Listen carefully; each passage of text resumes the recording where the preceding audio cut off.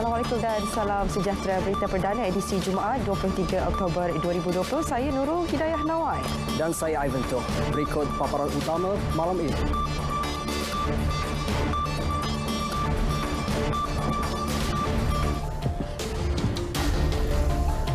Perdana Menteri menghadap Yang di-Pertuan Agong di Istana Abdul Aziz, Kuantan. PRU Dun Sarawak ke-12 tertakluk kepada nasihat KKM dan SPR.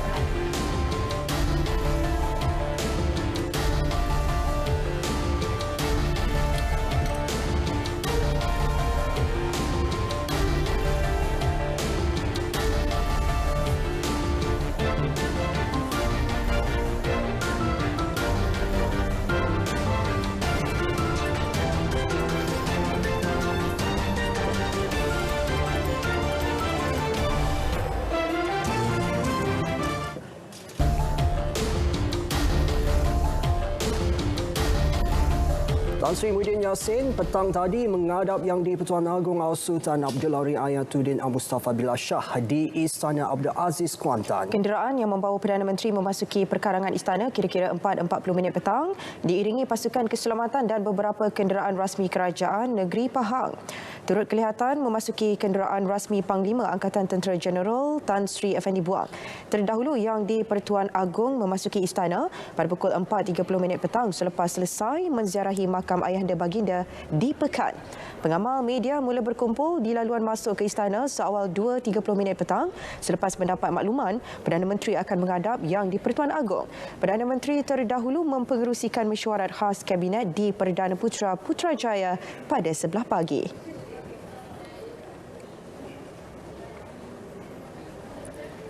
10 kes kematian akibat COVID-19 dilaporkan hari ini menjadikan ia jumlah paling tinggi pernah direkodkan dalam tempoh 24 jam setakat ini.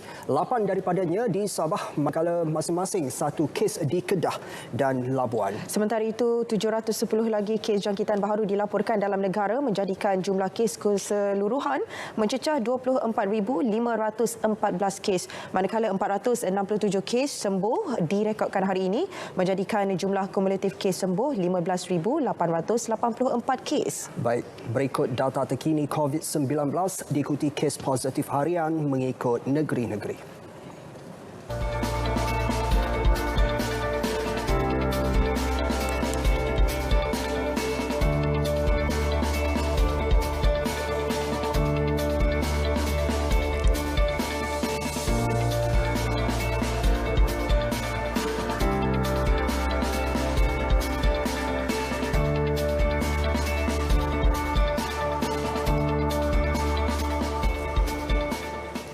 Sementara itu, 3 kluster baharu dikenal pasti hari ini. Ketua Pengarah Kesihatan Tan Sri Dr. Nur Hisham Abdullah dalam kenyataannya memaklumkan kluster Samudra direkodkan disandarkan dengan kes indeks dikenal pasti positif COVID-19 hasil saringan individu bergejala pada 20 Oktober lalu. Pesakit telah dimasukkan ke Hospital Duchess of Kent dan saringan kontak rapat telah mengenal pasti 7 lagi kes positif. Keseluruhannya, kesemua 8 individu yang disaring dalam kluster ini telah dijangkiti COVID-19. Kluster baharu kedua adalah kluster Palma yang melibatkan daerah Gombak dan Hulu Selangor di Selangor serta Kepong di Kuala Lumpur. Kes indeks telah dikenal pasti positif hasil saringan individu bergejala pada 17 Oktober lalu. Hasil pengesanan kontak rapat 101 kes telah disaring dengan 13 dikesan positif, manakala 88 individu lagi menunggu keputusan. Kluster ketiga, kluster Jaya pula melibatkan daerah Sepang, Selangor dan Seremban di Negeri Sembilan. Kes indeks dikesan hasil saringan di tempat kerja pada 20 Oktober lalu. 48 individu telah disaring dengan 9 kes positif, manakala 39 lagi menunggu keputusan. Pertambahan 3 lagi kluster baru ini menjadikan keseluruhannya 102 kluster aktif dalam negara setakat ini. Kerajaan melanjutkan Perintah Kawalan Pergerakan diperketatkan PKPD penjara pokok sena selama 14 hari sehingga 7 November ini. Menurut Menteri Kanan Keselamatan Datuk Seri Ismail Sabri Yaakob, pelanjutan itu bagi memastikan rantaian COVID-19 diputuskan sepenuhnya di dalam penjara pokok sena, terutama dalam kalangan kaki tangan. Jelasnya sehingga 22 Oktober lalu, melalui saringan yang dilakukan Kementerian Kesihatan KKM, masih terdapat kes positif dalam kalangan banduan dan kaki tangan penjara tersebut. Kerajaan sebelum ini mengumumkan pelaksanaan PKPD di penjara itu bermula 11 hingga 24 Oktober 2020. Dalam pada itu, Datuk Seri Ismail Sabri memaklumkan PKPD di penjara Tawau dan kuartus penjara Taman Ehsan Tawau akan tamat pada 25 Oktober ini. Walau bagaimanapun, lokaliti tersebut masih tertakluk di bawah pelaksanaan PKPB bagi seluruh negeri Sabah. Sehingga 21 Oktober 2020, KKM telah membuat 1,250 saringan di penjara Tawau, manakala 1,196 saringan kaki tangan di kuartus Taman Ehsan. Sehingga kini tiada lagi kes aktif direkodkan di penjara Tawau, manakala hanya 2 kes masih dirawat di kuartus penjara Taman Ehsan. PKPD di penjara Tawau dan kuartus penjara Taman Ehsan Tawau telah dikuatkuasakan sejak 11 September lalu.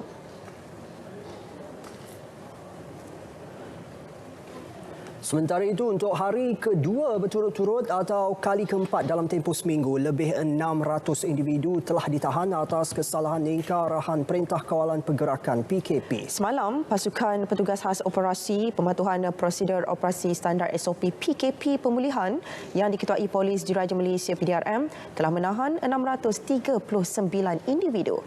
Datuk Seri Ismail Sabri dalam kenyataannya memaklumkan daripada jumlah itu seramai 634 individu telah dikompau, manakala 4 direman dan seorang dijamin.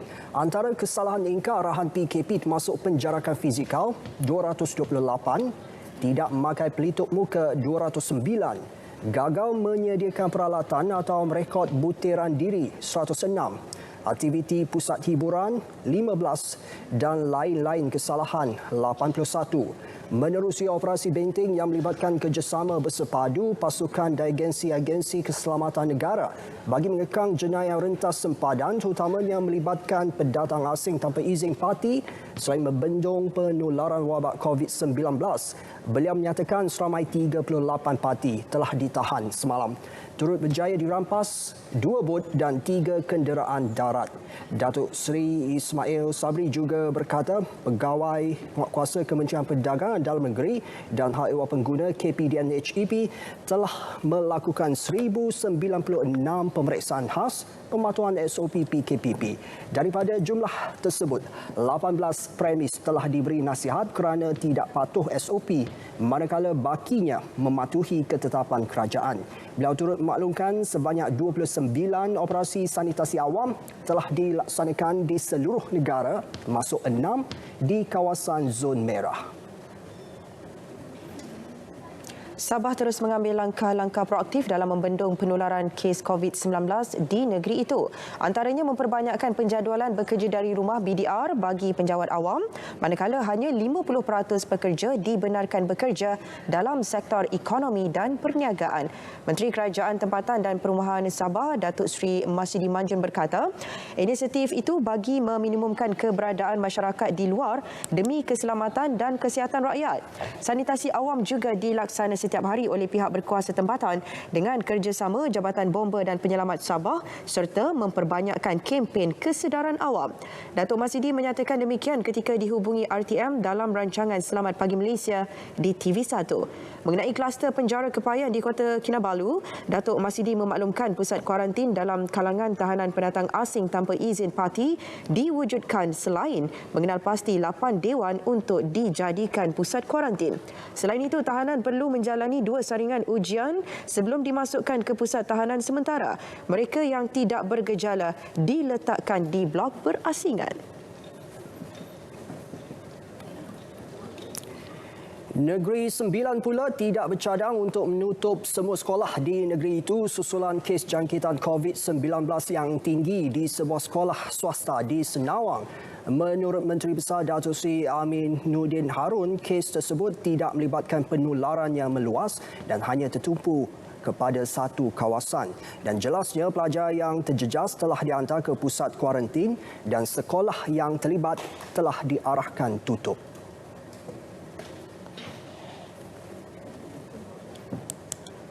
Hasil perbincangan pada pagi tadi dalam mesyuarat tersebut, kita tidak ada mencadangkan untuk menutup mana-mana sekolah buat masa ini, memandangkan hanya sekolah tersebut yang berlaku.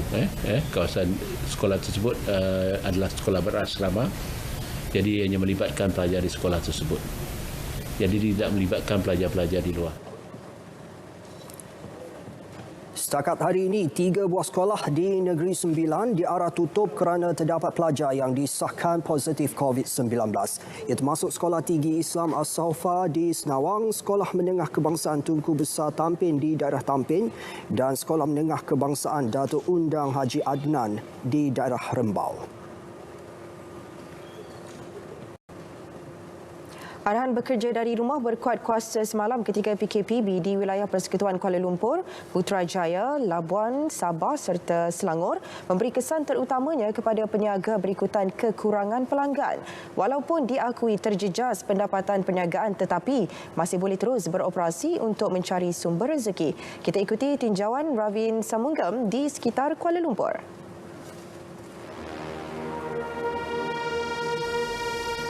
Tinjauan saya bermula pukul 10 pagi tadi meliputi Bangsa, Puduraya dan Pantai Dalam. Terdapat aktiviti di pasar pagi dan kedai di Bangsa dengan orang ramai keluar membeli keperluan dapur dan harian. PKPB dilihat memberi peluang kepada golongan peniaga mencari pendapatan. Sementara itu, di kawasan Pudu pula, kelihatan lengang dan tentunya sektor ekonomi juga perlahan bagaimanapun masih dibenar beroperasi. Peniaga yang ditemui juga memahami syarat patuh kepada SOP tetapi bersyukur kerana masih lagi dibenar membuka perniagaan. Kisah saya ikut saja kerajaan asalkan ada SOP. Lagipun untuk yang COVID ni bukannya lama sangat. Mungkin sampai tahun ni. Jadi kita sebagai peniaga, kita terpaksa bersabar dan redolah dengan apa yang telah terjadi. Peniaga-peniaga dekat sini kan kebanyakan time lunch hour, orang office ya banyak. Sekarang ni bila dah kerja daripada rumah, so memang kurang lah sekarang ni. Kita macam contohnya sekarang ni kalau untuk terjejas ni kita ada buat delivery. So maksudnya kita sendiri yang akan buat delivery. Maksudnya customer order dan kita pergi hantar. Itu salah satulah untuk kata salah satu punca pendapatan untuk menambahlah sekarang ni. Okey, sebelum bermula pada semalam, perniagaan alhamdulillah walaupun kurang di mana kena jaga SOP. Jadi pembeli-pembeli ataupun customer dia agak slow lah selepas kerajaan kata bekerja dari rumah. Selalunya dia orang hari biasa dia orang sambil pergi makan, dia orang beli buah, dia orang beli apa-apalah yang patut untuk buat balik atau makan. Jadi setelah bermunyanya semalam untuk yang bekerja di rumah, jadi penurunan tu agak mendadak jugalah sikit. Selalunya kita boleh jual sampai 200 kilo, 300 kilo. Jadi start daripada semalam dengan hari ini kita dapat jual 100 kilo ataupun kurang sikit. Macam itulah pendapatan. Peniaga juga faham pelaksanaan bekerja dari rumah bertujuan untuk mengurangkan pergerakan dan interaksi individu yang berkemungkinan akan memutuskan rantaian jangkitan virus COVID-19. Walau bagaimanapun, aktiviti ekonomi dibenarkan beroperasi seperti biasa. Pelaksanaan PKPB memberi ruang kepada peniaga untuk terus berniaga untuk mencari rezeki. Yang penting, kita perlu mematuhi SOP yang ditetapkan. Ravin Sanmugam, Berita RTM. Sarawak memperuntukkan RM104.84 juta untuk melaksanakan fasa keempat Bantuan Khas Sarawak Kusayang 4.0 BKSS 4.0 bagi membantu meringankan beban rakyat dalam menghadapi pandemik COVID-19. Ketua Menteri Datuk Patinggi Abang Johari Tong Openg berkata ia akan dilaksanakan menerusi 7 langkah untuk mengurangkan kesan pandemik. Ia meliputi diskaun bil elektrik bagi pengguna domestik, komersial dan perindustrian harian yang akan terus diberi potongan harga sebanyak 5 hingga 25% pada bil elektrik bulanan untuk bulan ini sehingga Disember ini. Potongan dengan kos diskaun terkumpul berjumlah RM83.4 juta. Kerajaan juga memberi diskaun bil air bagi pengguna domestik, komersial dan perindustrian sebanyak 10 hingga 25% pada bil air bulanan bagi tempoh yang sama. Seterusnya melanjutkan potongan harga sebanyak 50% untuk skim sewa Perbadanan Perumahan dan Pembangunan Sarawak sehingga Disember. Begitu juga bantuan RM500 dengan sekali bayar kepada 2,396 pemandu e-hailing dan 791 orang tenaga pengajar memandu yang melibatkan kos RM1.59 juta. Selain itu, diskaun sebanyak 50% untuk penyewaan pasar dan gerai sehingga Disember yang memberi manfaat lebih 10,000 penjaja di bawah pihak berkuasa tempatan dengan kos RM8 juta. Sementara itu, berhubung pilihan raya umum DUN Sarawak ke-12, Datuk Abang Johari berkata ia tertakluk kepada nasihat Kementerian Kesihatan dan juga Suruhanjaya Pilihan Raya. Ekoran situasi COVID-19 yang melanda ketika ini, kesihatan dan keselamatan rakyat Sarawak menjadi keutamaan.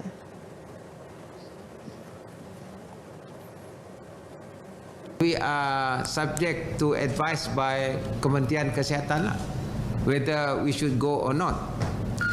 Because I am also concerned on the health of the people. On the other hand, you cannot govern and take measures COVID if you don't have the mandate. You see? This one, I still got the mandate. I can decide. If I don't have the mandate, I can't. You see? Jelasnya pilihan raya perlu diadakan sama ada dalam tahun ini atau tahun hadapan apabila tempoh DUN sedia ada tamat tempoh pada April tahun hadapan.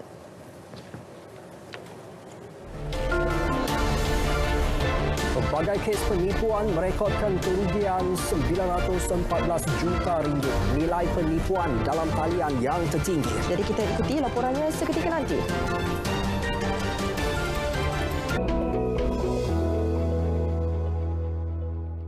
Assalamualaikum dan selamat malam kepada semua penonton bersama Map Malaysia untuk perkembangan cuaca pada malam ini. Kita perhatikan terlebih dahulu paparan carta angin permukaan iaitu rantau negara kita yang menerima tiupan angin yang agak sederhana kuat dari arah barat laut dengan kelajuan sekitar 20 hingga 30 km sejam.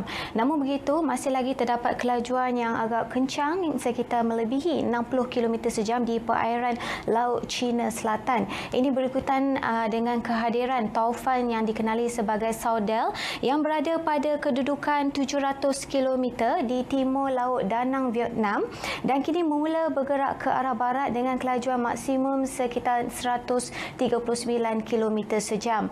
Keadaan ini membawa kesan angin kencang dan laut bergelora di sekitar kawasan perairan Laut Cina Selatan dan tidak memberi sebarang kesan signifikan ke atas rantau negara kita. Seterusnya kita perhatikan kepada amaran cuaca waspada iaitu hujan lebat yang dijangkakan berterusan boleh berlaku untuk tempoh 6 jam berturut-turut melibatkan negeri Sabah di bahagian pantai barat, Kudat, Sandakan dan juga pedalaman. Keadaan hujan lebat ini dijangkakan akan berakhir menjelang tengah malam nanti. Map Malaysia menasihatkan penduduk setempat agar sentiasa berwaspada dan peka dengan amaran terkini. Tidak terkecuali juga amaran angin kencang dan laut bergelora bagi kategori kedua di kawasan perairan yang dilorotkan dengan warna jingga dan juga kategori pertama melibatkan kawasan perairan dilorotkan dengan warna kuning ini masih lagi berkuat kuasa sehingga 24 Oktober 2020. Keadaan angin kencang dan laut bergelora ini adalah berbahaya kepada semua aktiviti perkapalan termasuklah perairan, menangkap ikan, buk-buk kecil, rekreasi laut dan juga sukan laut mengikut kepada ketinggian ombak yang boleh mencecah sehingga 4.5 meter. Map Malaysia menasihatkan orang awam agar sentiasa berwaspada ketika berada di kawasan perairan berkenaan sehingga amaran ini ditamatkan. Kita perhatikan pula kepada paparan imej gema radar untuk semenanjung Malaysia. Pada malam ini, ribut peti jelas kelihatan sedang berlaku di sekitar utara semenanjung Malaysia, terutamanya melibatkan pedalaman negeri Kedah, utara negeri Perak dan juga di bahagian pantai timur di utara negeri Kelantan dan juga Terengganu. Keadaan cuaca lembap ini dijangkakan akan berterusan sehingga ke lewat malam nanti. Begitu juga dengan ribut peti yang sedang berlaku di bahagian bahagian utara negeri Pahang serta di negeri Johor ini. Tidak terkecuali juga di negeri Sabah dan Sarawak, keadaan cuaca lembap lebih tertumpu di bahagian Sandakan dan juga pantai barat Sabah, manakala di negeri Sarawak pula meliputi di hampir keseluruhan bahagian pedalaman negeri Sarawak. Ini dijangkakan akan berterusan sehingga ke lewat malam nanti juga. Sekian saja informasi cuaca untuk kali ini. Seterusnya kita lihat paparan ramalan hujan bagi bandar-bandar utama di seluruh Malaysia sepanjang hari esok. Saya Farah Halim. Assalamualaikum.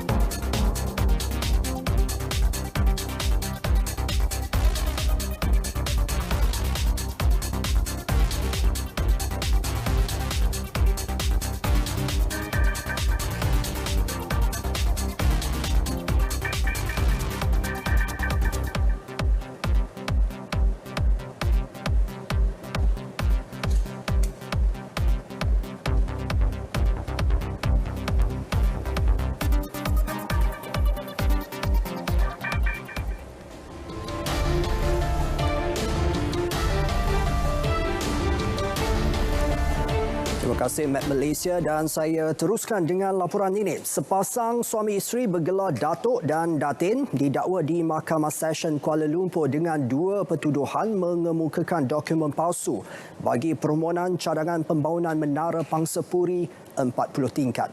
Tertuduh Datuk Motaharun, 66 tahun dan isterinya Datin Noriza Abdul Syukur, 43 tahun bagaimanapun mengaku tidak bersalah dan mohon dibicara selepas pertuduhan dibaca di hadapan Hakim Izral Lizam Sanusi. Mengikut pertuduhan pertama, kedua-dua mereka didakwa secara curang menggunakan dokumen palsu sebagai tulen iaitu surat tajuk bagi permohonan cadangan pembangunan Menara Pangsapuri 40 tingkat bertarikh 24 Oktober 2019 di TPC Kuala Lumpur Golf and Country Club di Ibu Negara pada 30 Oktober 2019. Manakala bagi pertuduhan kedua, kedua-dua mereka didapati secara curang menggunakan dokumen palsu sebagai tulen iaitu surat tajuk bagi cadangan cantuman lot untuk pembangunan Pangsapuri bertarikh 29 Oktober 2019 di lokasi dan waktu yang sama. Kesalahan dilakukan di bawah Seksyen 471 Kanun Keseksaan dan boleh dihukum mengikut Seksyen 468 Kanun sama iaitu penjara sehingga 2 tahun atau denda atau kedua-duanya sekali. Pendakwaan dikendalikan Timbalan Pendakwa Raya Muhammad Aiman Azzahan manakala kedua-dua tertuduh diwakili Peguam Rozin Zaimi Abdul Hamid. Kedua-dua tertuduh dalam rayuan jaminan memberi alasan tidak lagi bekerja dan tiada pendapatan selain menanggung 2 orang anak. Mahkamah kemudian membenarkan kedua-dua tertuduh diikat jamin RM18,000 seorang dengan seorang penjamin. Kes akan disebut semula 2 Disember nanti.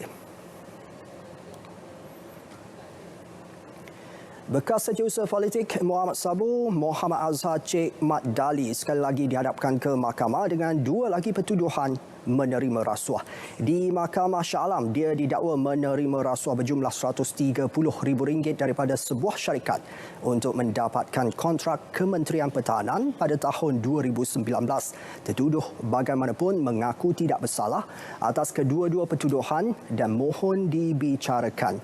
Mengikut pertuduhan, dia menerima suapan RM50,000 dari pengarah urusan FEHM Entity Yang Berhad Elias Jemadi Tajuddin melalui pengarah urusan Aqsa Solutions Yang Berhad Ahmad Isham Muhammad Tajuddin sebagai upah membantu syarikat itu untuk dipilih menjadi rakan strategik dan kontraktor serenggaraan bagi peralatan perisikan Sistem Prisma Direktorat Peperangan Informasi atau DPI bahagian staf perisikan pertahanan BSPP Kementerian Pertahanan pada Ogos 2019.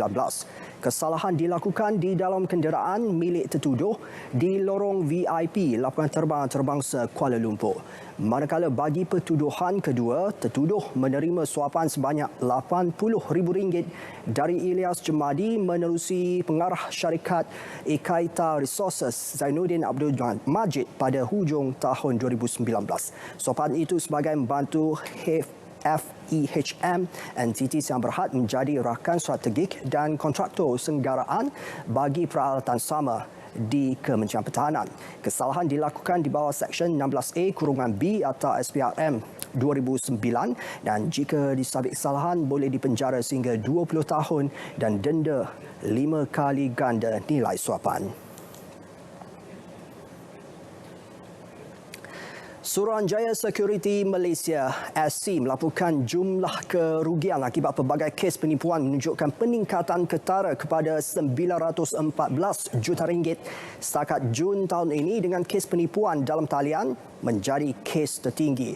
SC turut menerima 370 aduan sindiket pelaburan haram sepanjang 9 bulan pertama 2020 berbanding 317 aduan sepanjang tahun lepas. Dan jelas Pengerusi Eksekutif Suruhanjaya Security Malaysia, Datuk Syed Zaid Alba, turut direkodkan peningkatan aduan syarikat klon yang menyamar sebagai syarikat entiti berlesen.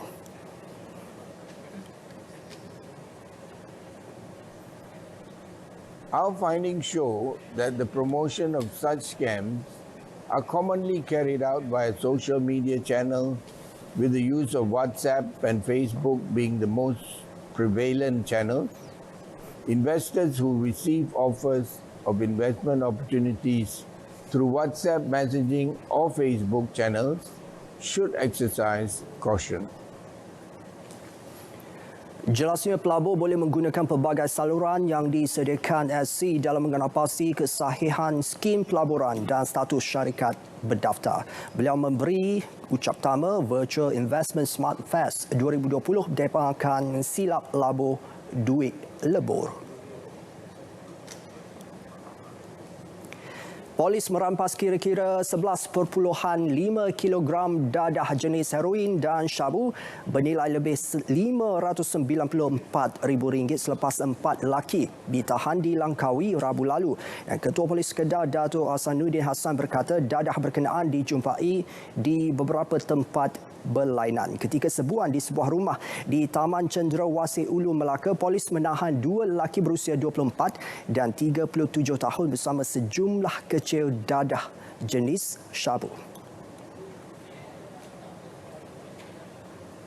Setelah dibuat galian, setelah digali, tim serbuan tadi menjumpai satu guni putih, ada kat situ kan?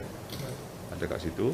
Satu guni putih di mana dalam guni tersebut ada satu bungkusan beg plastik biru dan di dalam beg tersebut ada satu beg galas lagi, dan dalam beg galas tersebut punya 25 bungkusan paket plastik lusina yang berisi kita syaki dadah jenis heroin dan beratnya dalam lingkungan 11.446 kilogram.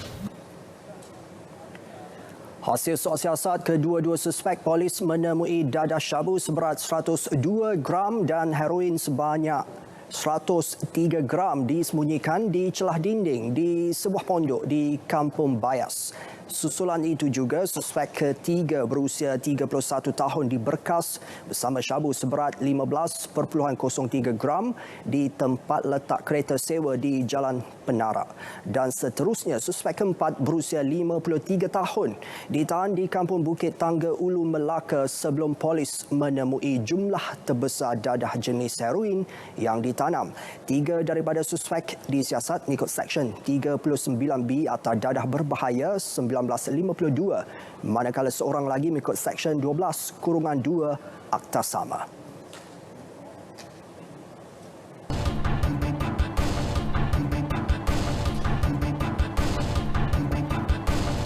Baik, sebelum kita ke perkembangan seterusnya, kita ikuti dahulu harga minyak mingguan yang berkuat kuasa tengah malam ini hingga 30 Oktober depan.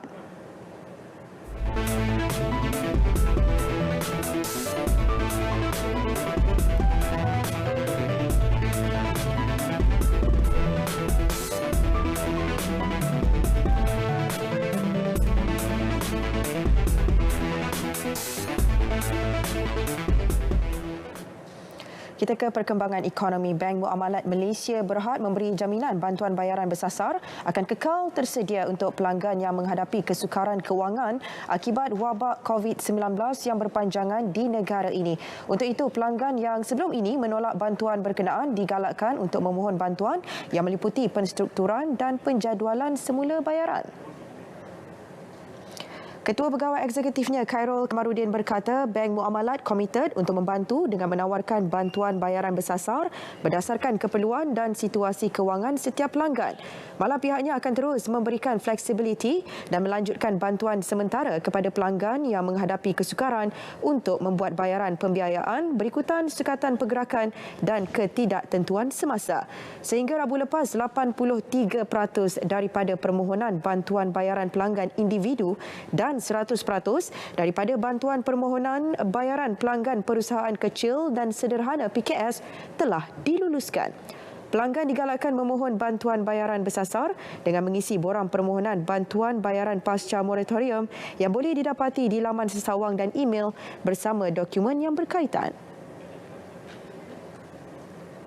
Felda Global Ventures FGV memperuntukkan RM5 juta bagi menubuhkan 11 pusat pembelajaran komuniti atau CLC di Felda Sahabat Lahad Datu dan Kinabatangan di Sabah. Projek yang bermula pada tahun 2018 dijangka siap sepenuhnya pada tahun hadapan apabila 4 CLC siap beroperasi di Kalabakan dan Yapit Mas. Pusat tersebut dilengkapi kemudahan pengajaran dan pembelajaran asas seperti bilik darjah, kerusi, meja dan papan hitam. Begitu juga dengan menempatkan tenaga pengajar berpengalaman dan pembantu bilik darjah. Ketua Pegawai Eksekutif FGB, Datuk Haris Fazilah Hassan, menerusi kenyataan berkata, pihaknya komited dalam memastikan akses pendidikan yang saksama dalam kalangan anak-anak peneroka dan pekerja ladang. Inisiatif CLC dijayakan dengan kerjasama Kedutaan Indonesia melalui Konsulat Indonesia di Tawau serta Jabatan Pendidikan Negeri Sabah memandangkan kebanyakan pekerja FGV di Sabah berasal dari Indonesia. Kedutaan Indonesia turut membantu menyediakan alat bantu mengajar, kurikulum, buku teks selain tenaga pengajar yang mendapat akreditasi Kementerian Pendidikan Indonesia. Seramai 876 pelajar peringkat sekolah rendah dan 170 pelajar peringkat menengah mengikuti pembelajaran di 11 pusat CLC. Anggota Kerjasama Ekonomi Asia Pasifik APEC komited untuk menyokong transformasi digital syarikat mikro, kecil dan sederhana dalam menghadapi cabaran digital semasa. Antara cabaran digital yang dikenal pasti meliputi privasi dan keselamatan, defisit kemahiran serta infrastruktur digital. Pengerusi Mesyuarat Perusahaan Kecil dan Sederhana PKS peringkat Menteri APEC, Datuk Seri Dr. Wan Junaidi Wan Jaafar berkata, mesyuarat juga komited untuk menjayakan pasaran yang lebih adil, terbuka serta tiada diskriminasi. Ia bertujuan mewujudkan persekitaran kondusif untuk pembangunan ekonomi digital dan mikro MPKS.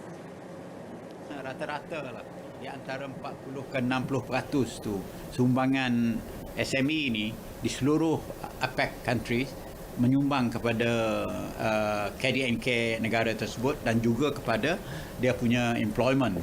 Jadi dalam keadaan sedemikian, semua negara di APEC memandang bahawa platform untuk the new normal ini, untuk menggunakan teknologi dan digital ini mesti dah dipelopori sebagai satu wadah perjuangan untuk SME dan SMI.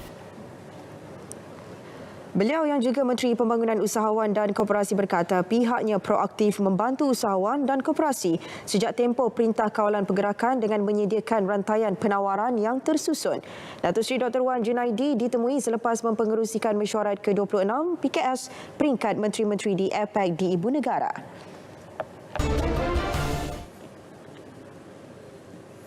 Baik, terima kasih Ivan dan Dia Nawai. Segmen sukan malam ini kita mulakan dengan berita baik untuk Persatuan Sukan dalam negara. Suntikan dana RM300,000 oleh Majlis Olimpik Malaysia MOM memberi kelegaan kepada Persatuan Sukan yang terjejas akibat COVID-19. Ketiadaan sebarang kejohanan dalam tempoh beberapa bulan sejak Perintah Kawalan Pergerakan PKP pada Mac lalu telah menjadikan arena sukan sunyi meskipun banyak perbelanjaan perlu dilunaskan. Bantuan kewangan itu memperuntukkan sejumlah RM10,000 setiap persatuan bagi kesemua 18 persatuan sukan yang memohon. Ini adalah kali kedua MOM melaksanakan geran sama seperti yang pernah dilakukan pada Julai lalu. Pengendali persatuan-persatuan sukan ketika dihubungi RTM mengakui ia membantu mengurangkan bebanan yang dialami mereka.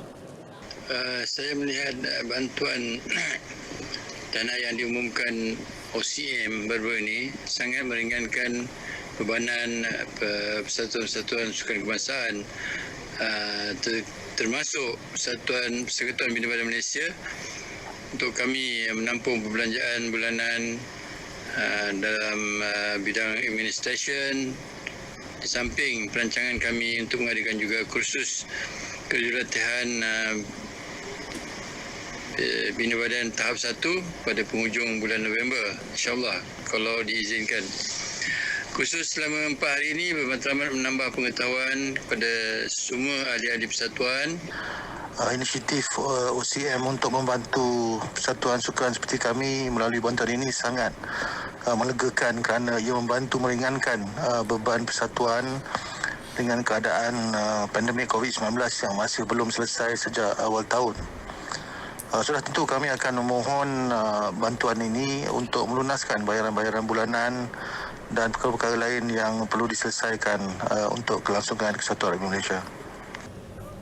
Sebelum ini, KRM juga pernah mendapat bantuan kewangan daripada Asia Rugby bernilai $5,000 Amerika 2 bulan lalu. Ya, saudara, teka-teki mengenai status Aidil Syahrin Shahak selaku pengendali skuad Kedah akhirnya terjawab. Ini selepas beliau mengesahkan menyambung kontrak selama 2 tahun bersama skuad Lang Merah itu.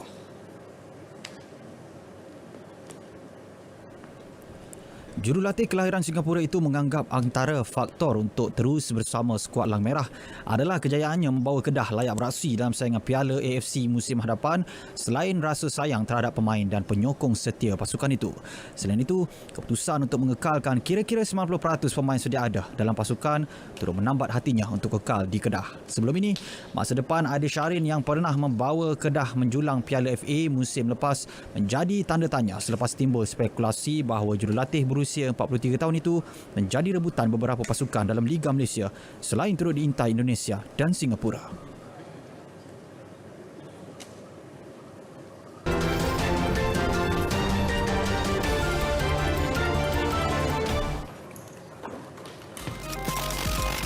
Syarikat pembekal makanan di UK, Island Foods, menghantar ketulan nugget ayam ke angkasa bagi meraihkan sambutan ulang tahun ke-50. Makanan popular keluaran syarikat itu diterbangkan ke angkasa dengan menggunakan balon cuaca yang diisi hidrogen.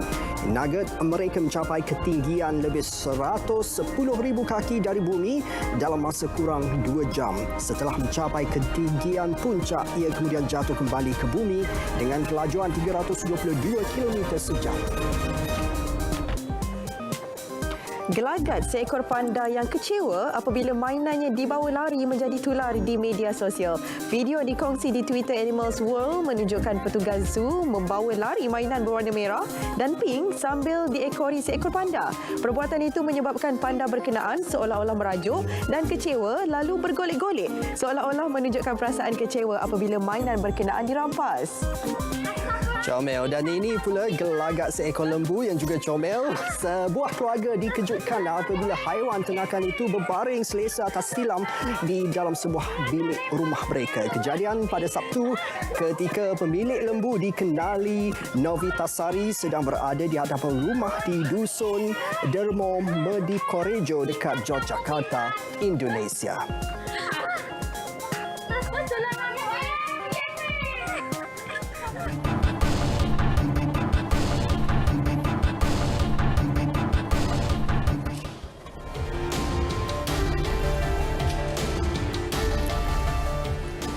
Perbadanan Kemajuan Filem Negara Nasional (FINAS) memandang serius isu pengubahan wang haram, perjudian dalam talian dan sindiket pelacuran yang dikaitkan dengan beberapa penggiat industri kreatif negara. Menerusi kenyataan media, pengerusinya Zakaria Abdul Hamid mengingatkan semua pihak terutamanya pengguna laman media sosial tidak bertindak secara serkap jarang yang boleh menjatuhkan kredibiliti penggiat seni. Sambungan itu, Finas memberi kepercayaan penuh kepada pihak berkuasa untuk menjalankan tugas dalam membuat siasatan dan mengambil tindakan yang sewajarnya. Finas juga sentiasa bersedia untuk memberi kerjasama kepada pihak berkuasa dalam menangani isu tersebut.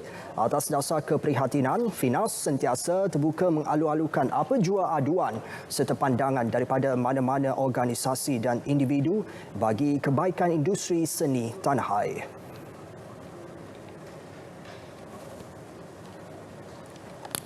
Jabatan Kebudayaan dan Kesenian Perak dengan kerjasama Majlis Kebudayaan Negeri telah menganjurkan program Moh Nyembang Perak dan ia sebagai platform terbaik untuk penggiat seni berkongsi idea dalam mendepani pandemik COVID-19. Menerusi penganjuran berkenaan, lebih 50 penggiat seni dan budaya berjaya dihimpunkan. Antara isu yang dibincangkan adalah mengenai pelan pemulihan ekonomi serta rangsangan untuk penggiat seni menghasilkan karya dalam gaya norma baharu ke arah pendigitalan.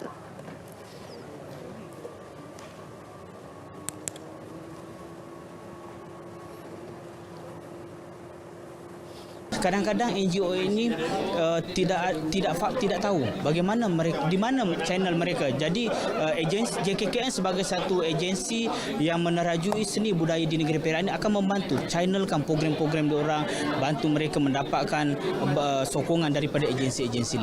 Bantuannya dari segi kewangan lah. Kewangan dan juga kalau dia tak ada ruang, kita bagi ruang juga. Contohnya dia nak buat persembahan teater, tapi teater tu tidak ada penonton kan.